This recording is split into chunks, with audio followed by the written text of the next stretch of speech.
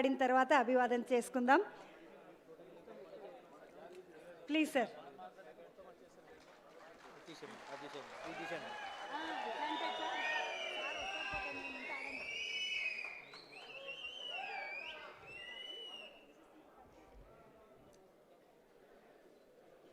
సభా అధ్యక్షులు నా సోదరుడు బొర్రా జ్ఞానేశ్వర్ ముదిరాజు గారు, ముదిరాజులకే సమైక్యాంధ్రం ఉన్నప్పుడు ముదిరాజుల పేరును ఒక ఊవెత్తున బయటికి తీసుకొచ్చి మేము ఉన్నామని చూయించిన మా అన్న కాసాని జ్ఞానేశ్వర్ గారు, అంతే ఎత్తున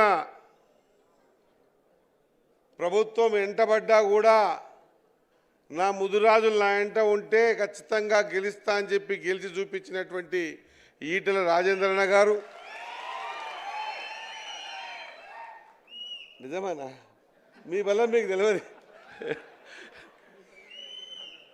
అదే మాదిరిగా మాజీ శాసనసభ్యులు ఆకుల రాజేంద్రన్న గారు, అన్న చొప్పరి శంకర్ గారు, తమ్ముడు కాసాని వీరేష్ గారు, మా అన్న జిల్లా అధ్యక్షులు సంజీవ్ ముదిరాజన్న గారు, తమ్ముడు రోహిత్ గారు, మహేష్ కుమార్ గారు, అడ్వకేట్ పాండు గారు, ఉప్పరి నారాయణ పెదమనిషి గారు, కార్పొరేటర్ హిమ గారు, ఇంకా వేదిక మీద ఉన్న పెద్దలు, తెలంగాణ రాష్ట్రం నలుమూలకెంచి విచ్చేసినటువంటి ప్రజాక్షేత్రంలో సర్పంచ్ పాత్ర, సర్పంచ్ గెలుపు ఏ విధంగా ఉంటుందో నేను అనుకుంటున్నా. నాకంటే ఎక్కువ ఎవరికి తెలియదు. నేను 26 ఏళ్ల వయసులో మక్తల్ మేజర్ పంచాయతీ సర్పంచ్గా గెలిచినప్పుడు మక్తల్లో మెజారిటీ అంటే 99% భారతీయ జనతా పార్టీ ఒక 16 సభ్యులు, ఓ 10 మంది సభ్యులు టీడీపీ గెలిస్తే నేను ఒక్క సర్పంచ్గా కాంగ్రెస్ నుంచి గెలిచే సందర్భం చూసా. కాబట్టి సర్పంచ్గా గెలిచిన తర్వాత నా రాజకీయం స్టార్ట్ అయింది.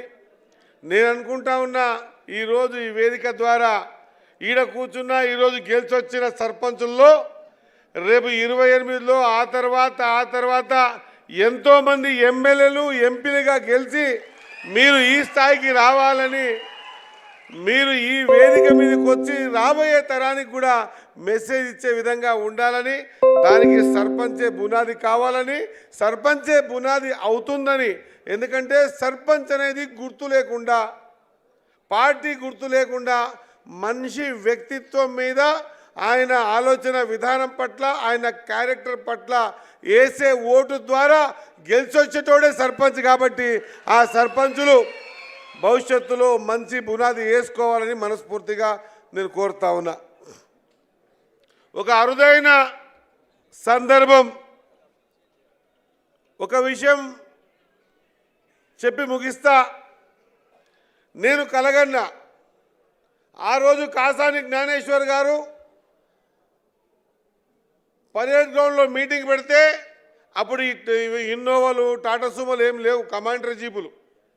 మేము అప్పుడప్పుడే రాజకీయాలకు వచ్చేది. నేను కానీ మా వేదిక మీద కోళ్ళ వెంకట కనిపించే కదా, మేమంతా కూడా ఎంపీటీసీలో గెలిచినాం. అది ఏమో తెలియదు బలం. కాసాని జ్ఞానేశ్వరం పెట్టిండు, ముదిరాజ్ మీటింగ్ పెట్టిండు అని చెప్పేసి అంటే ఆ మక్తల్ మారుమూల కర్ణాటక బార్డర్లో ఉన్న మక్తల్ కెంచి కూడా దాదాపు 72 కమాండర్ జీప్లతోన మేము పరేడ్ గ్రౌండ్స్ వచ్చినాం. ఆ రోజు చాలా సంతోషం అనిపించింది. ఆ తర్వాత రాను కొంత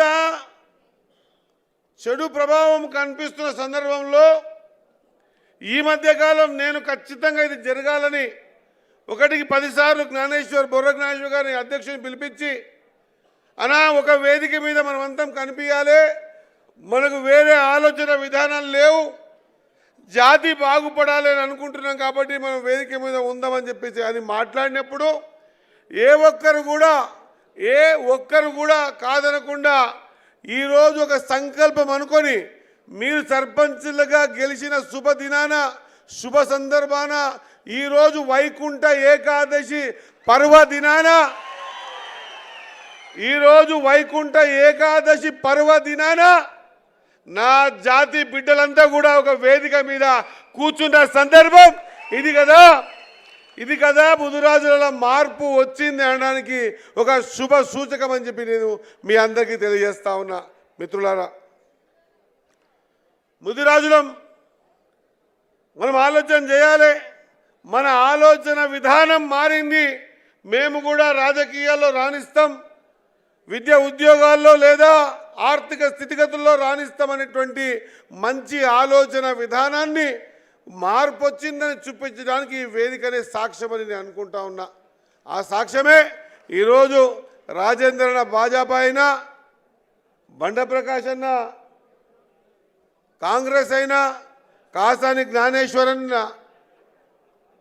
బీఆర్ఎస్ అయినా, నేను కాంగ్రెస్ అయినా పార్టీల కండువల్ని పక్కకు పెట్టి ముదిరాజుల అభ్యున్నతే ఎజెండాగా బట్టి ముదిరాజు కండువ వేసుకొని మీ అందరికీ ఒక హామీ ఇవ్వాలి ఈ వేదికని మీ ముందుకు వచ్చినాం. మీరు కూడా 2-3 రోజుల్నే ఇంత పెద్ద ఎత్తున మూలకెంచి వచ్చి గెలిచి వచ్చిన సర్పంచులు, ఉప సర్పంచులు, వార్డు సభ్యులందరికీ కూడా మా అందరి తరఫున, ముదిరాజ్ ఫైనాన్స్ కార్పొరేషన్ తరఫున, ముదిరాజుల సంఘం తరఫున, తెలంగాణ ముదిరాజులు ఏకము ఒకటే ఉంటారనే సంకేతం ద్వారా మీ అందరికీ కూడా శుభాకాంక్షలు, అభినందనలు తెలియజేస్తా ఉన్నా. సో మనస్ఫూర్తి మనకు తెలియదు, ముదిరాజుల బలం ముదిరాజులకు తెలియదు, కానీ చాలా సందర్భంలో కొంత బాధ కూడా పడతాం. ఆ సందర్భాన్ని పక్కకు పెడితే మనం ఒక పండగ సాయన పోరాటంతో కామ్రేడ్ కేవల్ కిషన్ గారి పట్టుదల, హైదరాబాద్ తొలి మేయర్ కొర్వి కృష్ణస్వామి మేధస్సు, డిప్యూటీ సీఎంగా పనిచేసిన జగన్నాథరావు గారి పాలన దక్షత, మాజీ మేయర్ లక్ష్మీనారాయణ నిబద్ధత, కానిస్టేబుల్ కృష్ణయ్య త్యాగం, పాలమూరు ఎర్రసత్యం ధైర్యం, ఈ విధంగా అందరి కలగోల్పే ఈరోజు గెలిచిన నా ముదిరాజు బిడ్డలను తెలియజేస్తా ఉన్నా. మనమందరం కూడా మహాత్మా జ్యోతిరావు పూలే, సావిత్రిబాయి పూలే స్ఫూర్తితో ముందుకు సాగాలి. డాక్టర్ బిఆర్ అంబేద్కర్ గారు ఇచ్చినటువంటి అధికారంలో మన వాట మనం తీసుకునేటువంటి సందర్భాన్ని వెతకాలి. ఇదొక్కటే కాదు, పల్లెలు పట్టుకొమ్మల్లాగా బలపడాలి. ఇంకా విషయానికి పోతే, సరే ఇది చాలా రాసుకున్నాం కానీ దీనికి కొద్దిసేపు పక్కకు పెడితే ముదిరాజులం వాస్తవంగా కూడా వేదిక ద్వారా ఈరోజు ప్రతి ఒక్కరు అనుకుంటా ఉన్నాం, దాదాపు 14 నుంచి 1500 డాటా తీసుకున్న దాని ప్రకారంగా ఈ రాష్ట్రంలో దాదాపు 11% సర్పంచులను గెలిచినాం మనం. అదే మాదిరిగా ఉప సర్పంచులమైనాం, 5000కు పైగా కౌన్సిలర్లు అయినాం. ఈ సంఖ్య మనకు గ్రామ పంచాయతీలలో కనిపిస్తూ ఉన్నది. సంఖ్య ఎక్కువ ఉందని చెప్పేసి జిస్కి జితని ఆబాదీ హే ఉస్కు ఉత్నా ఇత్తదారి మిల్నా చాయి అనే ఆలోచనతో, ఆ సంకల్పంతో ఈరోజు కుల గణన చేస్తే డాటాకి ఎంపైరికల్ డాటా ద్వారా ముదిరాజులమే ఎక్కువ ఉన్నామని సంఖ్య కూడా మనకు తెలిసిపోయింది. సంఖ్య కౌంటింగ్లో తెలుస్తూ ఉంది. సంఖ్య మాట్లాడకండి, దయచేసి మాట్లాడు, కిందికి పోండి ప్లీజ్. సంఖ్య జనాభాలో తెలుస్తూ ఉంది, సంఖ్య సర్పంచుల గెలుపులో తెలుస్తూ ఉంది, సంఖ్య ఉప సర్పంచుల గెలుపులో కూడా అధికారికంగా ముదిరాజులే గెలిచినాం. కౌన్సిలర్లను కూడా అధికారికంగా ముదిరాజులమే గెలిచినాం. కానీ బాధ అంతా ఎక్కడొస్తాయంటే, ఇంత పెద్ద ప్రామాణికమైనటువంటి సంఖ్య అసెంబ్లీలో లేదు, పార్లమెంట్లో లేదు, మిగతా అధికారం వచ్చే కార్యక్రమాల్లో లేదు. దానికి కావాల్సిన ఆలోచన ఏంది? ఆ ప్రణాళిక ఎక్కడుంది? ఎట్లా మనం బయటపడాలి? ఒకరికి ఒకరు తోడైతే, ఒకరికి 10 మంది తోడైతే మనం మా ఆలోచన విధానాన్ని బయటికి ఎట్లా తీసుకురావాలి? దాదాపు ఎన్నో శతాబ్దాల నుంచి ఆలోచన ఉన్నటువంటి బీసీ డీబై నుంచి ఏకు రాకపోవడానికి కారణం ఏంది? ఎందుకంటే చట్టసభల్లో మనం లేవు కాబట్టే ఈరోజు మనం వెనుకబడిపోతున్నాం అన్నమాట. మర్చిపోద్దని తెలియజేస్తా ఉన్నా. 100% చెప్తా ఉన్నా ఈ మాట. ఒక అధికారంలో ఉన్నటువంటి మంత్రిగా చెప్తా ఉన్నా. మంత్రి అయినా కూడా ఖచ్చితంగా ఇంత సంఖ్యాబలం కలిగినటువంటి మనమందరం కూడా ఎందుకు చట్టసభల్లో లేకపోతా ఉన్నాం, ఎందుకు పార్లమెంట్ సభ్యులం కాలేకపోతున్నామని నిజంగా కూడా ఒక దిక్కు బాధ అనిపిస్తూ ఉంది. ఖచ్చితంగా మీరంతా ఆలోచన చేయాలి. దీనికి కావాల్సిన ప్రణాళిక ఏర్పాటు చేసుకోవాలి. సంఖ్యాపరంగా మనం ఇంత ఉన్నాం, అదే సంఖ్యాపరంగా మనం అసెంబ్లీలో ఉంటే మన D/19 నుంచి A/కి రావడం ఇంత కష్టసాధ్యం కానే కాదు అన్న విషయాన్ని గుర్తు చేస్తూ ఉన్నా. ఒకానొక సందర్భంలో అడిగిన నన్ను 2 సంవత్సరాలు అయింది, మంత్రి పదవి రాలేదు, లేటుగా వచ్చింది. ఆ కారణాలన్నీ కూడా ఖచ్చితంగా ప్రభుత్వం ఆలోచన చేసినప్పుడు ఒక సందర్భంలో మీడియా పాయింట్లో కూర్చుంటే అడిగిన ఒక మీడియా మిత్రులను అడిగిడు విలేకరి, సోదరా నీకు అంత ఇంపార్టెంట్ అయింది మంత్రి పదవా, లేకుంటే నీకు ఒకవేళ బీసీ D/కి నుంచి A/అని కావాలన్నాడు. నేను ఒకటే మాటగా చెప్పిన, ఒకవేళ సందర్భం వస్తే నీకు మంత్రి కావాలన్నా బీసీ A/1 కావాలంటే క్షణం ఆలోచన చేయకుండా బీసీ A/1 నాకు కావాలి, నాకు మంత్రి పదవి వద్దు అని చెప్పేంత ధైర్యం కూడా ఉంది అని తెలియజేస్తా ఉన్నా. నేను వేదిక మీద ఉన్న పెద్దలందరినీ కోరుతా ఉన్నా, కాసాని జ్ఞానేశ్వర్ గారు కానివ్వండి, ఈటల రాజేందర్ గారిని కానివ్వండి, లేదా బండా ప్రకాశన కానివ్వండి, చైర్మన్ కానివ్వండి, ముందర మేము పిల్లలం. ఈరోజు నేను మంత్రిగా లేని ఇక్కడ ఈడ ఒక ముదిరాజ్ కార్యకర్తగా నిలబడి మాట్లాడుతూ ఉన్నా.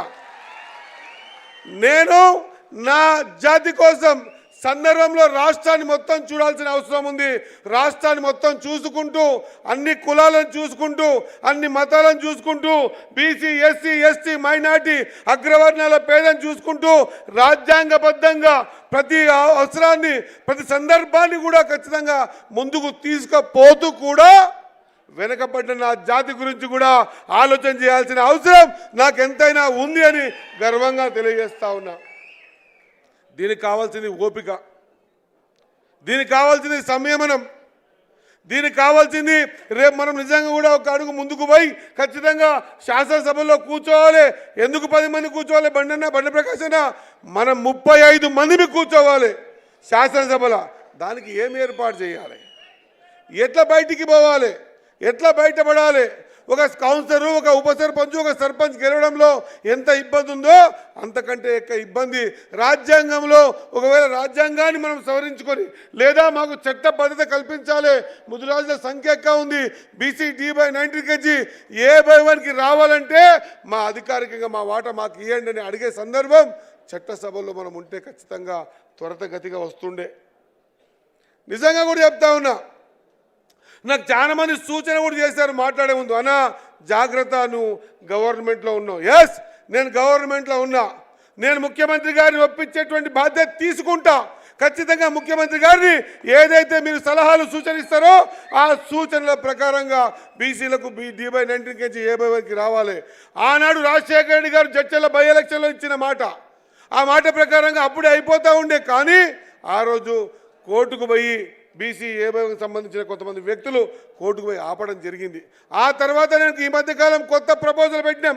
అది రాజేంద్రనాథ్తో మాట్లాడినా, ప్రకాశంతో మాట్లాడినా, అదే మాదిరిగా జ్ఞానేశ్వర్తో మాట్లాడినా బీసీ D/19 నుంచి A/1 రావాలని మళ్ళీ ఈరోజు అనుకుంటే కూడా ఖచ్చితంగా మళ్ళీ కోర్టుకు పోయేటువంటి సందర్భం ఉంటుంది. అందుకే ముఖ్యమంత్రి గారితో కోరినాం, ఎట్లా డెడికేషన్ కమిషన్ మనకి ఇచ్చింది, మన కులాల వారీగా ఎంత వాటా ఉందో డెడికేషన్ కమిషన్ చెప్పింది, బీసీ కమిషన్ చెప్పింది. కాబట్టి అత్యధిక సంఖ్య కలిగినటువంటి చేపలు ఉడితే బతుకుతున్నటువంటి ముదిరాజులు కూడా బీసీ A/1లో ఏవైతే సౌకర్యాలు ఉన్నాయో ఆ A/2 ఇస్తారా, A/3 ఇస్తారా, A/10 ఇస్తారా, మాకు బీసీ A/1లో ఉన్నటువంటి అన్ని ఫలాలు కూడా మాకు అందాలే, ఆ రంగా చట్టం తీసుకురావాలని చెప్పడం జరిగింది. దీని మీద పెద్దలు ఆలోచన చేయాలి. నేను ఇదివరకే జ్ఞానేశ్వరానికి చెప్పిన, అన్నా నేను కూడా ఈ వేదికల మీద మాట్లాడేటప్పుడు నేను కూడా ఒక ముదిరాజ్ బిడ్డగానే మీ దగ్గరకు వస్తా. ప్రతి కార్యక్రమం కూడా ముదిరాజ్ కార్పొరేషన్, ముదిరాజ్ ఆఫీస్లో జరగాలి. ఎందుకంటే రాబోయే రోజుల్లో ఒక ఎమ్మెల్యేకో ఒక ఎంపీకో పోటీతత్వం కంటే ముదిరాజ్ చైర్మన్ కావాలంటే ఇంకా ఎక్కువ పోటీ ఉండే విధంగా మనం కార్యాచరణ తీసుకోవాల్సిన అవసరం ఉన్నది. కాబట్టి సోదరులారా, మీ అందరికీ కూడా ఒక మాట ఇస్తా ఉన్నాం. మీరు సర్పంచ్గా గెలిచారు, మీరు ప్లాట్ఫామ్ ఏర్పాటు చేసుకోండి. ఒక సేవా గుణం మాత్రమే, ఒక దాన గుణం మాత్రమే, ఒక కలుపుకపోయే తత్వం మాత్రమే, ఆపదలో ఆదుకునే తత్వం మాత్రమే మీ ప్లాట్ఫామ్ని, మీ బునాదిని లెంటల్ సీకులు వేసి ఎంత గట్టిగా చేస్తుందో అంత గట్టిగా చేస్తుంది. దాని మీద నువ్వు ఎన్ని అంతస్తులను కట్టుకోవచ్చు. ఈ సర్పంచ్ అనేది మీకు సేవకి ఇచ్చిన నిదర్శనం. మీరు మంచోళ్ళని మీ ఊర్లో మిమ్మల్ని నమ్మి ఓటేసినటువంటి సందర్భం, ఆ సందర్భాన్ని ఖచ్చితంగా మీరు తూచ తప్పకుండా ఆ నమ్మకాన్ని నిలబెట్టాలని కోరుతా ఉన్నా. రాజకీయాలు ఏమైనా అవుతుండొచ్చు కాక, రాజకీయ పదవులు ఎవరికి శాశ్వతం కాదు. కానీ రాజకీయంగా ఉన్నప్పుడు ప్రజల ఆశీర్వాదం ఇచ్చినప్పుడు మనం ఎంత చేయగలిగినామని చెప్పేసి రాజకీయం బాగా గుర్తుపెట్టుకోవాలి సోదరులారా. ఈ మాట పెద్దల మీద చెప్పాలనో వద్దో తెలియదు, కానీ రాజకీయంగా ఎన్ని సంవత్సరాలు మేము అధికారంలో ఉన్నా కూడా నీ అధికారం పోయినప్పుడు, నీ శేష జీవితంలో నువ్వు మంచం మీద కూర్చున్నప్పుడు, నీవు ప్రశాంతంగా ఇక్కడ కూర్చున్నప్పుడు, నీవు చేసిన తప్పులు ఒప్పులు నెమరేసుకున్నప్పుడు నీ జీవితం ప్రశాంతంగా ఉండే విధంగా నీ కార్యాచరణ జీవితంతో ఉండాలి తప్ప నిన్ను బాధ పెట్టే విధంగా ఉండకూడదు ఎప్పుడు కూడా. మన నుంచి ఎవరు ఇబ్బంది పడవద్దు. ఒకరికి సాయం చేస్తామా చెయ్యమా వేరే మాట, కానీ చెడుపు మాత్రం చేయకూడదు. రాజకీయాల్లో చట్టసభల్లో ఉన్నటువంటి మాలాంటి వాళ్ళం కూడా ఖచ్చితంగా సందర్భం వచ్చినప్పుడు ఏ సందర్భమైన ఖచ్చితంగా జాతి కోసం, మన ప్రాంతం కోసం, మన పరిసరాల కోసం, మన అవసరాల కోసం ఖచ్చితంగా ముందు నిలబడాల్సిన అవసరం ఉన్నది. ఖచ్చితంగా మీ అందరూ తెలియజేస్తా ఉన్నా, ఎటువంటి పరిస్థితుల్లో కూడా ఈ ప్రధానమైనటువంటి 3-4 అంశాల మీద చర్చ జరుగుతూ ఉంది. బీసీ D/9 కేజీ A/1కి సంబంధించిన విషయంలో నేను వీలవుతే ఈ వేదిక ద్వారా మాట ఇస్తా ఉన్నా, ఏ పెద్ద మనుషుల మీద కూర్చున్నామో ఇంతమందిని సీఎం గారి ముందర కూర్చోబెట్టి ఆ డిసిషన్ తీసుకునే విధంగా నేను ప్రయత్నం చేస్తా. ఖచ్చితంగా అతి త్వరలో కూర్చోబెడతా అని తెలియజేస్తా ఉన్నా. మనం చేద్దాం. మళ్ళొక్కసారి ఇంతమంది ముదిరాజులం గతంలో కాసాని జ్ఞానేశ్వర్ గారు పరేడ్ గ్రౌండ్స్లో ఏ విధంగా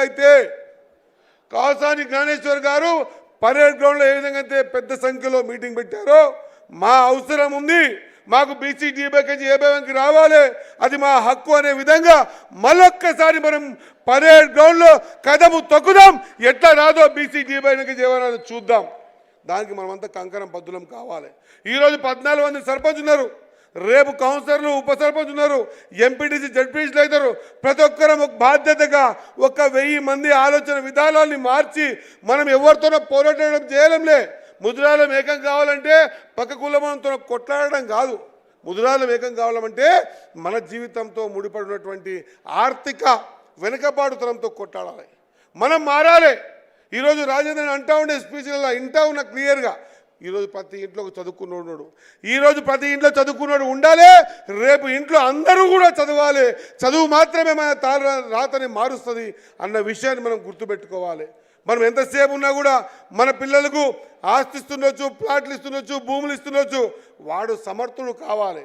వాడు సమర్థుడైతే నీవిచ్చింది కాపాడుకుంటాడు. వాడు అసమర్థుడైతే 4 దినాల ఖతం చేస్తాడు. కాబట్టి విద్య, బుద్ధి, ప్రపంచ జ్ఞానం మన పిల్లలకు మనం చేర్పాల్సిన అవసరం ఉన్నది. మేము బాధ్యత తీసుకుంటాం. నా సర్పంచులు, ఉప సర్పంచులు, వార్డు మెంబర్లతో నేను మాట ఇస్తా ఉన్నా. ఈరోజు ముఖ్యమంత్రి గారిని, యావత్ క్యాబినెట్ని ఖచ్చితంగా ఈ విషయం మీద మాట్లాడించి ఒప్పించి ప్రభుత్వం దగ్గర, బీసీ కమిషన్ దగ్గర ఉందంటారు కదా, రేపు రాబోయే రోజుల్లో ఏ కార్యాచరణ తీసుకుంటే మనకి సాధ్యమవుతుందో ఆ కార్యాచరణ బరాబర్ ఈసారి ఈ 3 సంవత్సరాలనే బీసీ D/9 A/1కి తీసుకునేటువంటి ప్రయత్నం బరాబర్ చేస్తామని తెలియజేస్తా ఉన్నా. ఇంకా మిగతా విషయాలు చాలా చెప్పిండు అన్న. మెంబర్షిప్లు కావాలి, చెరువులు, అక్కడ గోదావరి, ఇక్కడ కృష్ణమ్మ, ఒకసారి ఆలోచన చేయాలి. ముదిరాజులం పట్టుబడితే ఎట్లుంటుందో మీకు ఒక విషయం చెప్తా. బడ్జెట్ ఆర్థిక మంత్రిగా కూడా చేశారు పెద్ద ఆయన. బడ్జెట్ అలొకేషన్ మార్చి నుంచి మార్చిలోనే అవుతుంది.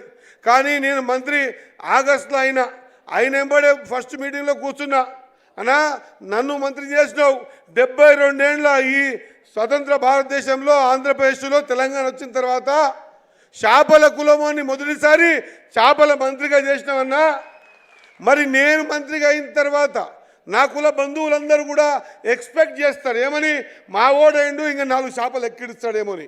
ఇప్పుడు బడ్జెట్ ఏమో 19 కోట్లే పెడితేవి, రావాల్సిందేమో 100 కోట్లు కావాలి. 100 కోట్లు కాదన్నా, ఖచ్చితంగా బడ్జెట్ కావాలంటే మరి ఆర్థిక శాఖ మంత్రులు మీకు కూడా ఐడియా ఉంటుంది. మే జూన్లో 123 కోట్ల బడ్జెట్ తీసుకొని ఈసారి చేపలని చెరువులో వదులుతా ఉన్న మాట తెలియజేస్తా ఉన్నా. మళ్ళొక్కసారి ఆ ఇబ్బంది రాకుండా ఏప్రిల్ మేలోనే మిగతా కార్యక్రమాలు తీసుకుంటాం.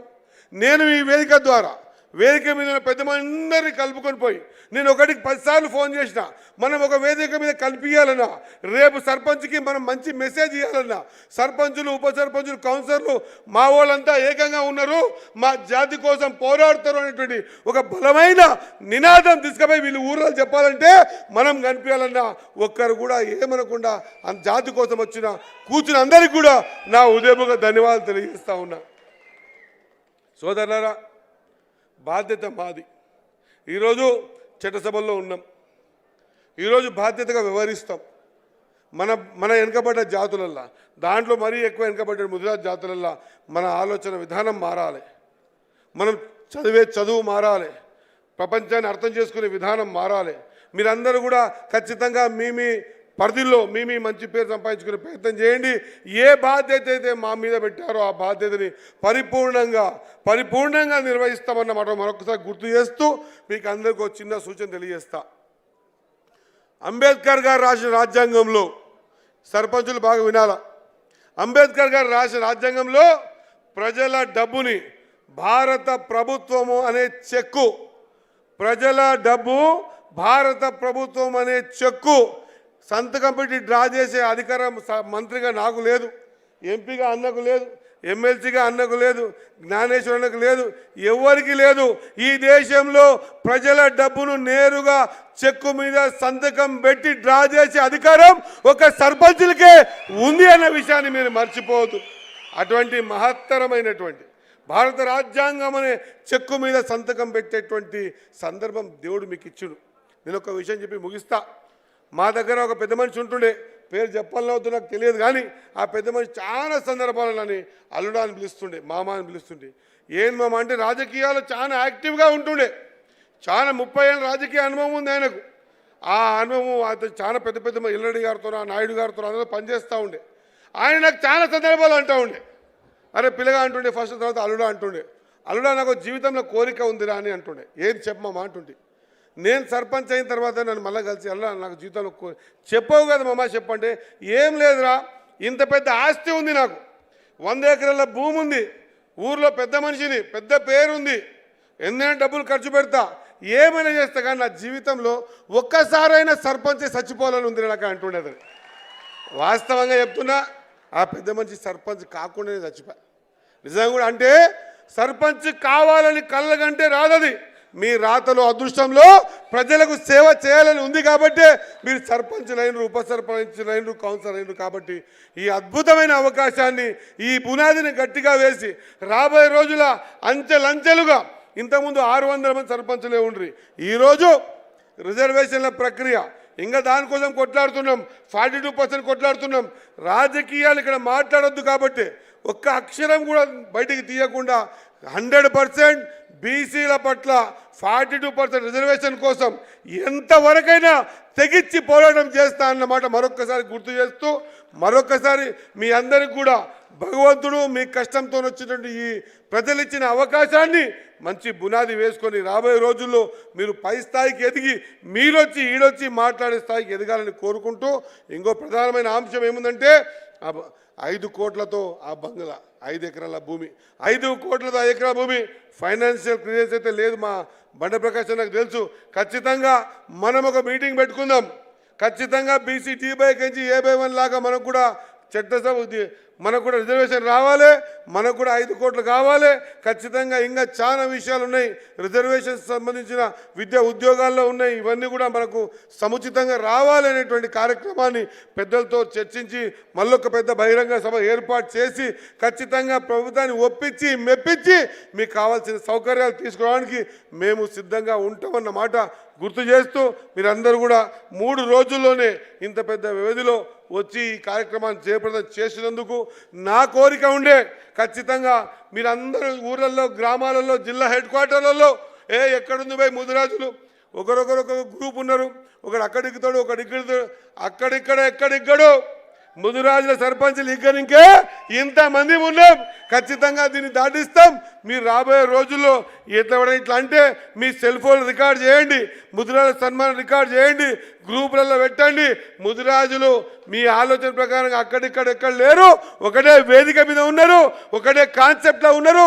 ఆ కాన్సెప్ట్ అంతా ముదిరాజ్ జాతిని పైకి తీసుకురావడానికి కంకణం కట్టుకున్నారు అని చెప్పే మెసేజ్ మీరు గ్రామాన ఇవ్వాలని తెలియజేసుకుంటూ మీరందరూ కూడా ఈ కార్యక్రమాన్ని సక్సెస్ చేసినందుకు ఇక్కడ విచ్చేసిన ప్రతి ఒక్కరికి కూడా నా హృదయపూర్వక ధన్యవాదాలు. మరీ ముఖ్యంగా ఈ కార్యక్రమాన్ని జయప్రదం చేయడానికి బొర్రా జ్ఞానేశ్వర్ గారు, ఆయనతో పాటు ఒక టీం అంతా కూడా ఆహరిస్తలు పనిచేసింది. కాబట్టి పనిచేసేవాడు ఎప్పుడు కూడా వెనుకనే ఉంటాడు. వాళ్ళకు కూడా మీ తరఫున మా తరఫున హృదయపూర్వక ధన్యవాదాలు తెగించి ముగిస్తా ఉన్నా. జై హింద్, జై ముదిరాజ్.